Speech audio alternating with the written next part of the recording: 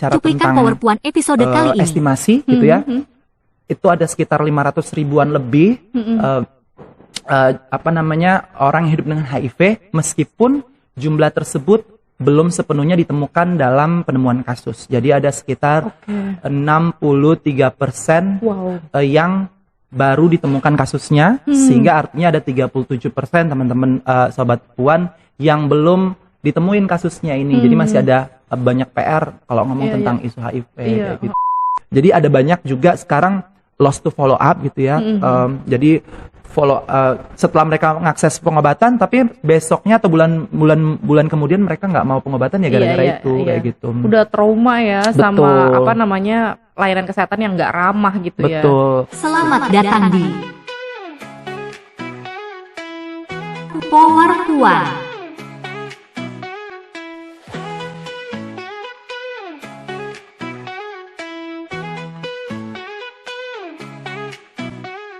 Hai Sobat Puan, ketemu lagi bareng aku Dede di Power Puan. Kali ini aku sudah kedatangan bintang tamu. Cielah.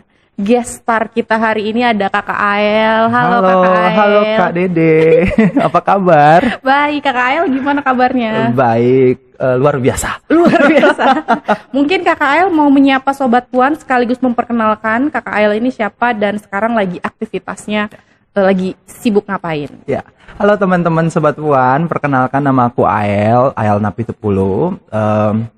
Sekarang kesibukannya nggak terlalu sibuk-sibuk banget sebenarnya, tapi masih bergabung bersama teman-teman YIFOS, Youth Interfaith Forum and Sexuality, juga tergabung dengan teman-teman Global Interfaith Network, itu organisasi yang bicara untuk isu keimanan dan seksualitas tapi di global kayak gitu.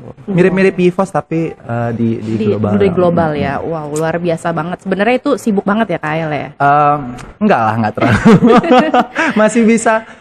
masih bisa beraktivitas hobi, tapi juga ikut kegiatan aktivisme ya, memperjuangkan macam-macam di tengah Indonesia yang makin carut marut sana kesini ya.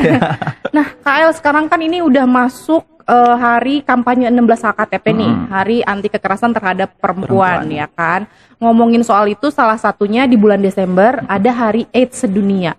Nah, kalau boleh sharing nih, Kak mungkin bisa sharing sama Sobat Puan nih, sebetulnya kenapa sih Hari AIDS itu penting untuk diperingati dan apa sih maknanya gitu? Ya, thank you Kak Dede pertanyaannya. Tapi sebelum itu aku mau mengucapkan selamat Hari AIDS sedunia buat teman-teman yang mendengar, terutama teman-teman Sobat Puan ya.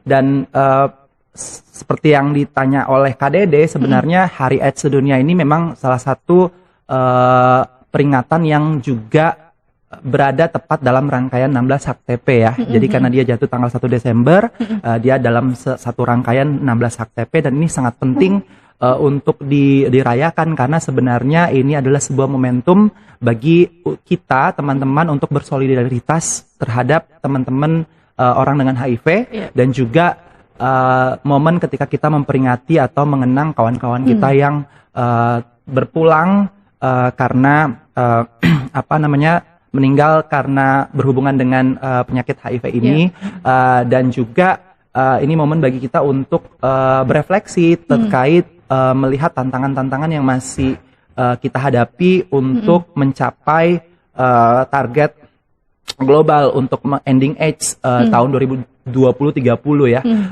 karena masih banyak banget PR untuk tes, treatment, sama adherence untuk isu HIV ini. Dan sekaligus satu lagi momen untuk kita melihat masih banyak tantangan-tantangan, hambatan-hambatan berkaitan dengan human rights yang menahan untuk pencapaian HIV ending AIDS 2030 gitu. Jadi ini sangat penting dan juga ini bagian dari rangkaian 16 HKTP yang biasa diperingati oleh seluruh dunia gitu ya, teman-teman aktivis kayak gitu. Betul sih. Jadi sebenarnya ini adalah momen gitu ya, yang penting justru ya, yang harus terus selalu diingat. Betul. Dan direfleksikan bersama. Tapi tadi Kak nih ngomongin soal HIV dan AIDS. Nah, kalau boleh tahu nih, sebetulnya kadang kan kita juga nggak paham ya, apa sih sebetulnya bedanya HIV dan AIDS gitu. ya buat teman-teman sobat Puan ya. Jadi mungkin sebagian dari teman-teman sudah tahu, tapi mengingatkan bagi yang mungkin lupa-lupa dikit gitu ya. HIV itu Human Immunodeficiency Virus gitu ya. Virus yang menyerang kekebalan tubuh manusia gitu ya. Jadi virusnya gitu ya. Kalau AIDS itu Acquired Immunodeficiency Syndrome gitu. Jadi sekumpulan gejala-gejala yang dialami oleh manusia karena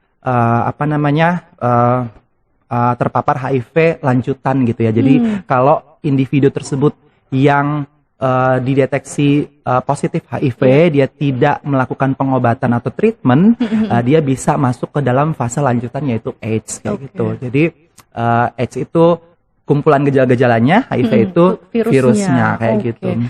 Nah kalau yang kita lihat nih ya, maksudnya perkembangan di Indonesia ini kan juga HIV itu kan masih banyak banget dapat stigma ya gitu.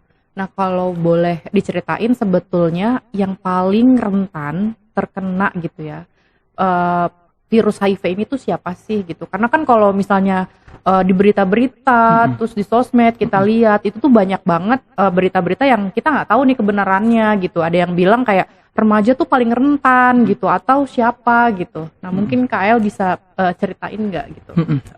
Jadi kalau di jadi setiap negara ya Kak Dede dan teman-teman yang lagi nonton itu terkait prevalensi HIV itu sangat beda-beda setiap negara satu sama lainnya. Bahkan kalau misalnya di Indonesia sendiri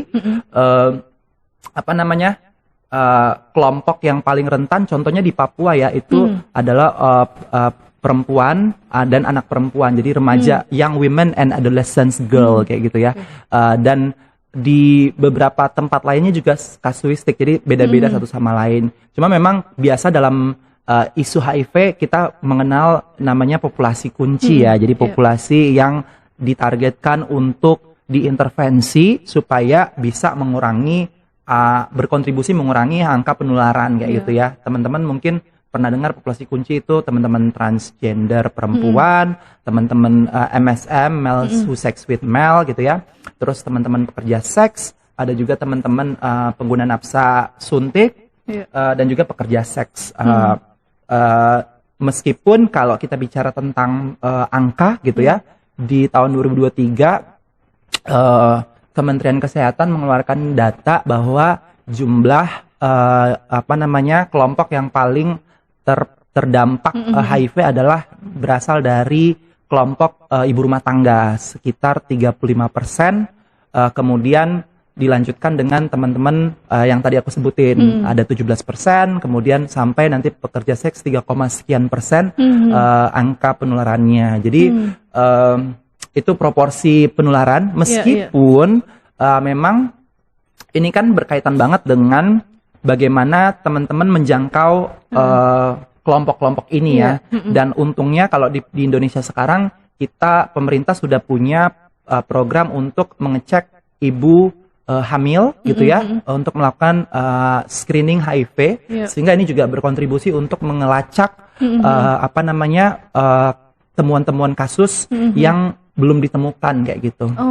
Karena sebenarnya kalau bicara tentang estimasi gitu ya, itu ada sekitar 500 ribuan lebih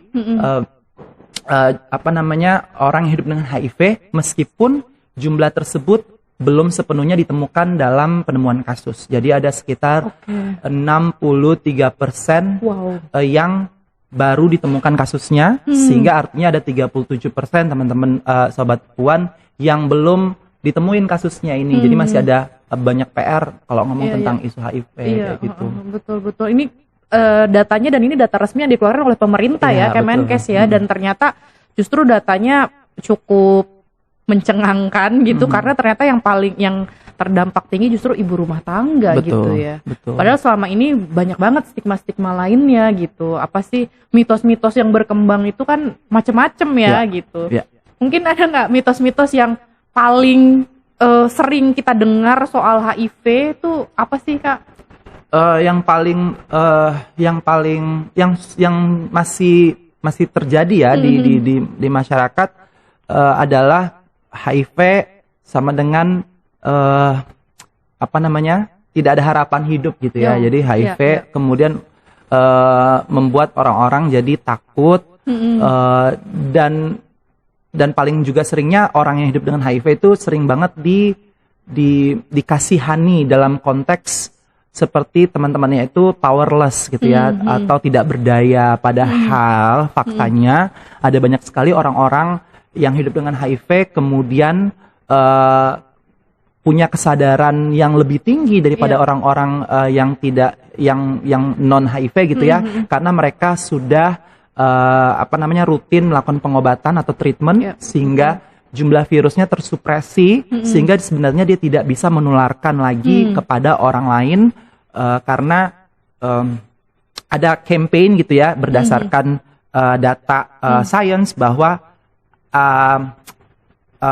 undetectable means untransmittable, artinya kalau tidak terdeteksi ketika kemudian pengecekan viral load gitu ya, sebenarnya teman-teman orang yang hidup dengan HIV dia tidak bisa menularkan kepada pasangannya kayak gitu. Jadi ada anggapan bahwa orang yang hidup dengan HIV tidak punya harapan hidup sebenarnya harus dihilangkan karena banyak banget nih orang yang hidup dengan HIV yang kualitas hidupnya sama dengan teman-teman pada umumnya, bahkan lebih baik karena mereka sudah punya kesadaran, mereka tiap bulan rutin kan, mereka tiap tahun pengecekan fungsi ginjal, fungsi hati dan lain sebagainya, karena jadi sebenarnya mereka jadi lebih aware sama kesehatan, lebih peduli dengan kesehatan dan kualitas hidupnya bisa sama atau bahkan lebih dengan orang-orang pada umumnya kayak gitu. Dan banyak orang-orang hidup dengan HIV udah 20 tahun, 23 tahun hidup dengan HIV dan melakukan pengobatan rutin. Dan mereka hidup sejahtera kayak gitu. Maksudnya gitu. harapan hidupnya justru Betul. lebih panjang Betul. gitu ya. Mungkin karena ini ya Kak Dede, karena dulu mungkin kampanye-kampanye untuk kesadaran terhadap HIV itu dibikin dalam konteks fear mongering gitu ya. Jadi kayak menakut-nakuti, kayak bikin pamflet yang orangnya kurus kayak gitu ya, atau mukanya gitu ya. Jadi kayak menakutkan gitu ya, padahal teman-teman ODIF itu sangat macam-macam, ada yang ya macam-macam jenis bentuknya itu kayak manusia pada umumnya gitu ya. Gitu sih mungkin itu yang salah satu yang masih terjadi di masyarakat. Hal-hal yang lainnya mungkin Kak Dede kayak berciuman, mungkin orang-orang remaja masih mikir ya kayak berciuman apakah bisa menularkan ya gitu. Iya betul. Jangan kan berciuman, bahkan pegangan tangan aja dianggapnya nanti gitu. Menular gitu kan. Jadi sebenarnya itu semitos-mitosnya ya teman-teman. Apalagi kayak berenang gitu-gitu. Bisa bikin hamil juga itu semitos-mitosnya ya kan? gitu. Tapi untungnya ya mungkin aku pengen bilang juga luckily di nowadays gitu ya, sekarang di era sekarang tuh sebenarnya ada banyak progres gitu ya yang kita bisa nikmati bareng-bareng karena memang teman-teman aktivis sejak lama telah bekerja untuk isu ini dan banyak banget nih orang-orang muda yang sekarang sudah melek terhadap isu ini dan banyak teman-teman ODIF yang berdaya yang kemudian mereka bisa kasih edukasi ke sekitarnya gitu. Jadi mungkin kalau Sobat Puan udah tahu isu ini bisa tuh di-share ke teman-teman yang lainnya supaya kita bisa ngurangi stigma dan diskriminasi ya di masyarakat. Sobat Puan dengerin tuh apa yang disampaikan sama Kael, bahwa sebetulnya apapun yang kita tahu, infonya apapun ya, nggak cuma soal HIV, tapi yang lain-lain kalau misalnya sekiranya ada informasi yang salah yang beredar, kalau Sobat Puan tahu itu salah, harusnya bisa diklarifikasi gitu kan dengan informasi yang lebih valid, akurat. gitu. Jadi bisa sharing video dari podcast Power Puan juga. Betul. Tadi juga lucu banget ya, kayak misalnya sebetulnya dulu itu emang iklan-iklannya menakutkan, kayak kurus. Bisa jadi sebetulnya itu karena nggak makan gitu. Bukan, maksudnya ada standar-standar yang selama ini tuh beredar dibuat sama masyarakat juga masyarakat juga kan. Kayak kurus itu nggak sehat atau seperti apa yang sebetulnya jadi kemana-mana lah gitu kan. Terus posternya nanti ada gambar-gambar merah darah-darah di belakangnya. Teman-teman mungkin itu poster film crime ya. Tahun 2000-an kayak gitu Kak. Makanya sekarang metode fear mongering gitu ya, menakut-nakuti itu nggak lagi relevan di untuk intervensi pencegahan dan edukasi terhadap terkait HIV dan IMS. Di banyak negara sekarang banyak sekali metode-metode kampanye yang lebih fun, engaging dan juga menunjukkan humanize, memanusiakan teman-teman ODIF kayak gitu. Jadi ada wajah-wajah ODIF yang ya sama gitu. Kita ketika dia bisa pengobatan dan tetap melakukan kepatuhan pengobatan, ya teman-teman bisa menjaga kualitas hidupnya kayak gitu. Betul. Oke. Balik lagi sih sebetulnya sama penjelasannya tadi yang Kak El sampaikan, ada data yang 60 berapa persen sampai 30% justru malah belum terdeteksi gitu kan. Nah, sebetulnya kalau di Indonesia nih, konteks di Indonesia sebenarnya tantangan ODIF gitu ya dalam mengakses layanan tuh sebetulnya apa sih gitu? Jadi tantangan ODIF dalam mengakses layanan tentu salah satunya adalah terkait stigma dan diskriminasi ya, apalagi stigma di lingkungan masyarakat. Jadi ini berkontribusi pada bagaimana teman-teman ODIF yang sudah tahu statusnya pun kemudian enggan untuk melakukan pengobatan, mulai treatment. Ini aku sekaligus baca data ya dari teman-teman kebetulan lagi nyiapin tadi ketika persiapan. Jadi kalau bicara tentang yang sudah tahu status KDD itu 63%. Nah, tapi dari yang tahu statusnya ini si 63% ini baru 67% yang menjalani ARV.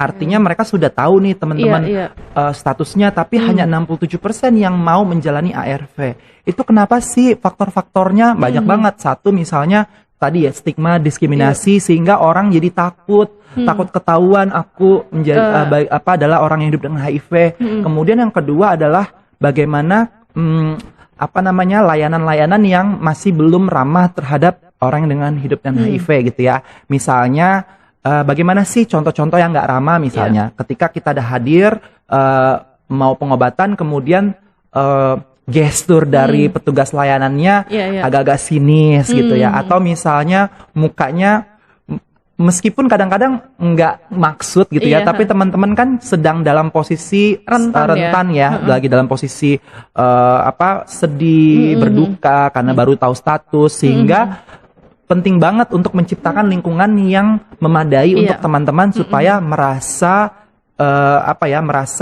feel welcome gitu ya, merasa ini adalah ruang yang aman kayak gitu. Belum lagi bahasa-bahasa yang masih menstigma, misalnya contoh ya, kamu sudah HIV, kamu nggak boleh lagi dong seperti ini.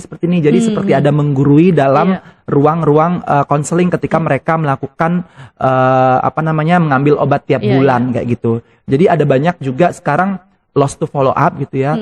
Jadi setelah mereka mengakses pengobatan, tapi besoknya atau bulan kemudian mereka nggak mau pengobatan ya gara-gara itu kayak gitu. Udah trauma ya. Betul. Sama layanan kesehatan yang nggak ramah gitu ya. Betul. Sehingga memang sekarang tantangannya adalah juga bagaimana bekerja sama petugas layanan kesehatan untuk memastikan layanan yang mereka sediakan itu betul-betul ramah terhadap komunitas dan orang yang hidup dengan HIV.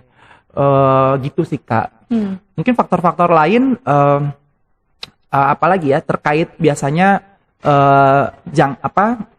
akses layanan juga, karena kan nggak meskipun memang sebenarnya di semua kota kabupaten kita sudah bisa akses pengobatan untuk puskesmas kayak gitu ya, tapi memang ada banyak faktor-faktor lain yang layernya, misalnya teman-teman orang muda dia kemudian belum punya penghasilan, akses transportasi ke tempat menuju layanan gitu, itu masih jadi PR dari temuan kita dan percakapan dengan orang-orang muda terkait hambatan pengobatan kayak gitu. Gitu Kak. Oke. Nah, kalau misalnya di lingkup orang muda nih atau remaja nih, sebenarnya kan mereka kan nanti yang menjadi generasi penerus nih gitu, ketika ngomongin soal isu-isu kayak gini. Kalau dulu kayak misalnya ada iklan-iklan yang mengerikan gitu ya. Nah, kira-kira nih kalau menurut Ael, apa sih yang seharusnya diketahui atau dilakukan orang muda dalam mencegah HIV/AIDS? Jadi mungkin salah satu cara untuk kemudian bisa berkontribusi dalam pencegahan HIV adalah bagaimana setiap orang muda gitu ya harus equip dirinya gitu ya, memperlengkapi dirinya dengan pengetahuan gitu ya. Jadi bagaimana kita bisa belajar tentang misalnya contohnya bagaimana sih prinsip penularan HIV gitu ya. Jadi kalau kita tahu prinsip penularannya kan jadi kita bisa tahu untuk menanggulanginya. Sama yang kedua jadi kita tidak merasa bahwa penularan itu betul-betul yang dengan metode yang aneh yang tadi kita sebutin ya, kayak misalnya berenang, berpelukan, berbagi alat makan kayak gitu ya. Mungkin sekaligus secara singkat prinsip penularan itu gampangnya itu ada namanya prinsip ESE Kak Dede. Jadi ESE itu ada 4 aspek yang perlu di checklist kalau untuk bisa seseorang mentransmisi virus dari satu tubuh ke tubuh orang lain. Yang pertama itu namanya exit. Jadi cairan atau darah gitu ya, cairan air mani, terus kemudian darah itu atau cairan vagina itu harus kemudian ada proses keluarnya, exitnya gitu ya. Jadi kalau misalnya keringat nggak bisa, air liur tidak gitu ya. Jadi nggak ada exitnya gitu ya. Terus dia juga ada namanya sufficient cukup ya. Jadi jumlah virus di dalam cairan yang tadi kita sebutin itu harus cukup dalam kondisi tertentu untuk bisa menularkan. Nah itu kenapa kalau teman-teman orang yang hidup dengan HIV melakukan pengobatan rutin dan viral tersupresi virusnya itu tidak lagi bisa cukup untuk menularkan. Makanya teman-teman ODIF yang melakukan treatment nggak bisa menularkan kayak gitu. Kemudian ada namanya exit, sufficient, baru adanya survive gitu ya. Dia si virus dalam cairan tersebut harus bisa bertahan dan virus di dalam udara yang terbuka ini sangat mudah untuk tereliminasi gitu ya, tidak bisa bertahan kayak gitu ya. Jadi mati gitu ya. Jadi kalau misalnya cairan-cairan yang tadi disebutin terus ada dalam permukaan dalam permukaan ya udah dia mati dan dia udah nggak bisa bertahan. Kemudian yang terakhir itu enter. Jadi ada jalan masuknya. Jalan masuknya misalnya melalui perlukaan biasanya ya. Atau bahkan misalnya makanya informasi teman-teman itu biasanya lebih mudah terpapar HIV kalau dia ada namanya IMS-nya, infeksi menular seksual. Infeksi menular seksual itu biasanya terjadi perlukaan dalam alat kelamin, mau dari anal ataupun di penis ataupun di vulva vagina kayak gitu ya. Jadi orang yang mengalami penyakit infeksi menular seksual itu lebih rentan makanya mengalami terpapar HIV karena ada luka yang terbuka gitu. Sehingga memang kampanyenya juga adalah bagaimana teman-teman juga tahu isu IMS juga nih, PIMS ini supaya bisa melakukan pengobatan yang sama gitu. Wow, jadi tadi itu ya Sobat Puan. Jadi sebetulnya untuk menularkan pun tidak semudah itu Ferguson gitu. Jadi kayak yang ketakutan akan ketularan dan yang lain sebagainya itu juga menyumbang ya stigma akhirnya kan. Nah ngomongin soal stigma nih, kalau menurut Kael, jadi gimana nih caranya untuk menghilangkan stigma terhadap ODIF ini gitu? Ya, yang pertama tadi kita berpengetahuan ya, jadi harus knowledgeable gitu ya, punya pengetahuan gitu. Karena kalau kita udah punya pengetahuan kan tadi akhirnya kita tahu bahwa penularan itu ada prinsip yang harus dipenuhi gitu. Sehingga kalau kita tahu kan kita punya teman ODIF, akhirnya ya udah kita biasa aja gitu. Toh kita tidak ketika berpelukan atau ngobrol kan kita nggak perlu takut bersalaman kayak gitu ya, karena nggak ada prinsip penularannya nggak terchecklist gitu di dalamnya. Kemudian yang kedua juga kalau kita udah punya pengetahuan tentu Sobat Puan perlu membagikan informasi itu ke teman-teman sebayanya gitu ya. Jadi mungkin berbagi informasi, video, konten-konten yang meningkatkan pengetahuan ke masyarakat itu sangat penting banget gitu ya. Jadi biar semua orang itu hand in hand gitu ya, bahu-membahu bisa mengedukasi masyarakat. Terus yang terakhir mungkin pesanku juga caranya mengurangi stigma adalah kita mulai membicarakan isu-isu yang dianggap masyarakat tabu dan sensitif untuk dibicarakan dalam keseharian gitu ya. Betul. Semakin kita bicarain, kemudian perasaan tabu itu mulai dihilangkan. Kalau udah tabunya hilang, akhirnya kan kita jadi lebih percaya diri untuk mengakses informasi. Kalau kita tahu kita beresiko, kita jadi lebih nyaman untuk melakukan tes gitu ya. Kalau kita udah tahu tes terus hasilnya positif, karena kita sudah dapat edukasi, akhirnya kita berani untuk treatment gitu ya. Kalau dia sudah treatment, akhirnya dia tahu bahwa pengobatan ARV itu penting dan untuk dilakukan secara konsisten, akhirnya mereka mau pengobatan secara rutin dan patuh kayak gitu. Betul. Gitu, Kak Dede. Luar biasa loh, ini semua obrolannya, ini penting semua ya Sobat Puan. Jadi jangan takut juga untuk mengakses tes ya. Tes HIV itu nggak cuma buat orang-orang yang beresiko, kita sendiri juga boleh banget kan untuk tes HIV, karena tadi ya resiko-resiko kayaknya semua orang itu sangat mungkin beresiko HIV kalau kitanya nggak sadar akan kesehatan gitu. Betul. Mungkin aku mau nambahin Kak Dede satu hal, karena kebetulan sekarang kan dalam rangkaian 16 hak TP ya. Jadi mungkin salah satu hal poin yang juga perlu kita garis bawahi adalah teman-teman perempuan juga sangat rentan mengalami terpapar virus HIV karena berkaitan dengan kekerasan yang dialami gitu ya. Jadi bagaimana ketika kekerasan ini berkorelasi dengan kerentanan terhadap HIV itu sendiri gitu ya. Bagaimana sih ini berkaitan gitu ya. Contohnya seperti ketika perempuan kemudian tidak memiliki posisi tawar untuk kemudian menolak hubungan seksual yang beresiko, atau misalnya negosiasi terhadap penggunaan kondom atau kontrasepsi, kemudian ini bisa berkontribusi meningkatkan resiko penularan HIV gitu ya. Jadi ini sangat berhubungan gender based violence atau kekerasan berbasis gender dengan isu HIV ini sendiri. Sehingga menurut aku ketika kita bicara tentang HIV, kita juga harus bicara tentang kesenjangan terkait isu gender dan juga ketimpangan terkait relasi kuasa antar gender ini sendiri kayak gitu. Betul. Wah, benar banget nih, diingatkan lagi ya sama Kael bahwa sebetulnya isu HIV AIDS itu juga sangat dekat gitu ya dengan isu kekerasan berbasis gender. Ya Ael, terima kasih sekali sudah membawa topik tadi soal kedekatan antara isu HIV AIDS dengan juga kekerasan berbasis gender ya, khususnya untuk perempuan gitu.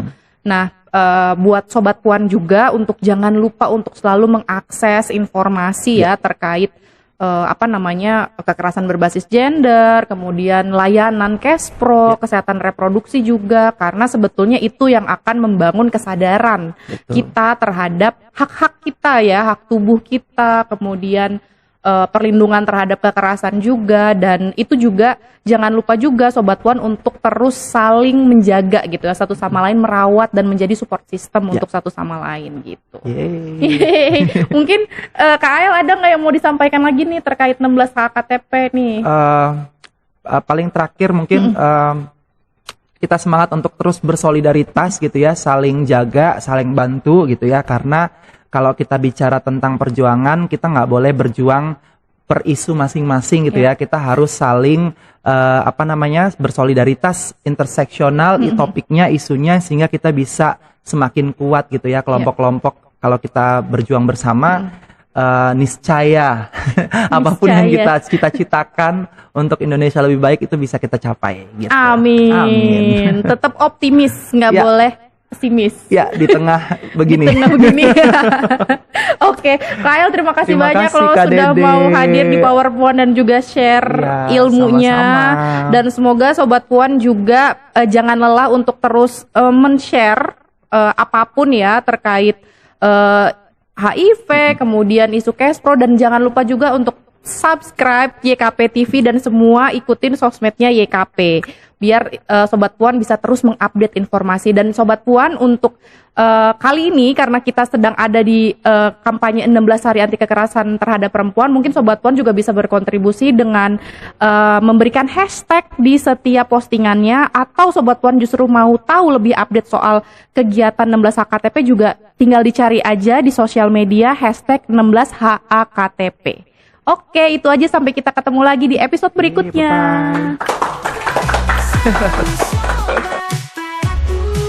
Terus berjuang dan kesamaan, agar kau lagi menjadi penghias, tegak tak lagi di